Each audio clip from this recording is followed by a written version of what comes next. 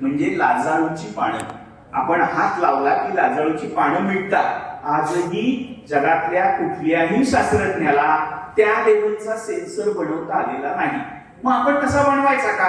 याला म्हणायचं mind kicking things. असं जर केलं तर आपल्याला सेन्सर्स बनवता येतील. आपले सैनिक पाकिस्तानच्या बॉर्डरवर किंवा आता बांगलादेशच्या बॉर्डरवर बऱ्याच घडामोडी चालू आहेत. आता सिंदूर 1 आपलं यशस्वी झालं. सिंदूर 2 वर आपण कदाचित आता भर देतोय. पण मग we don't have proper bulletproof jackets, की गोळी लागल्यानंतर आत माणसाला लागली नाही पाहिजे. ती तुम्ही जर धुरंधर पाहिला असेल, पाहिला ना, कसा काय वेळ मिळतो बघायला.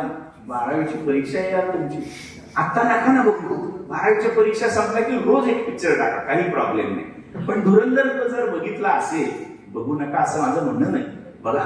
पण तो कधी बघायचा ते मी सांगेन.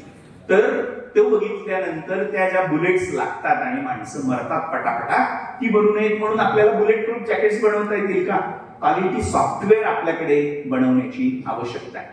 म्हणजे स्मार्ट मटेरियल म्हणजे काय? मी एकदा संचेती सरांशी, पराग संचेती, जे संचेती हॉस्पिटल आहे आपल्या शिवाजीनगरला, तिथे एकदा एका ऑपरेशनच्या संदर्भात मी गेलो होतो आणि मी त्यांना म्हटलं की I am a material scientist. म्हणजे मटेरियल्स मध्ये माझं काम आहे. कंडक्टिंग पॉलिमरवर, पॉलिइथिलीनवर, पॉलिॲनिलीनवर किंवा पॉलिथायरॉनवर, असं माझं पॉलिमर मधलं कंडक्टिंग पॉलिमर मध्ये काम आहे. त्या माणसाने मला एक नवीन आयडिया दिली.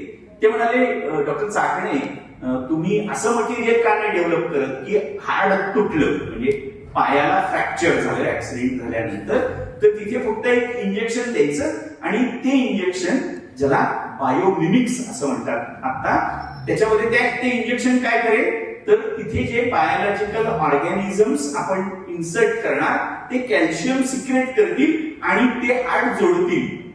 किती गंमत आहे. म्हणजे नको प्लॅस्टर, ती कापाकापी नको, ते स्क्रू टाकणं नको, 3 महिने प्लॅस्टर. ते 3 इडियट मध्ये तो लिहितो ना, भिंडी का भाव क्या आहे, 3 इडियट बघितला असेल तर तसलं काही करायची गरजच नाही.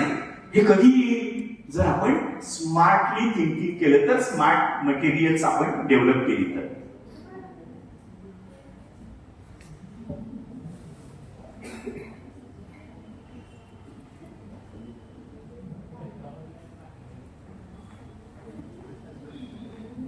तिथे कुणीतरी उभं राहा.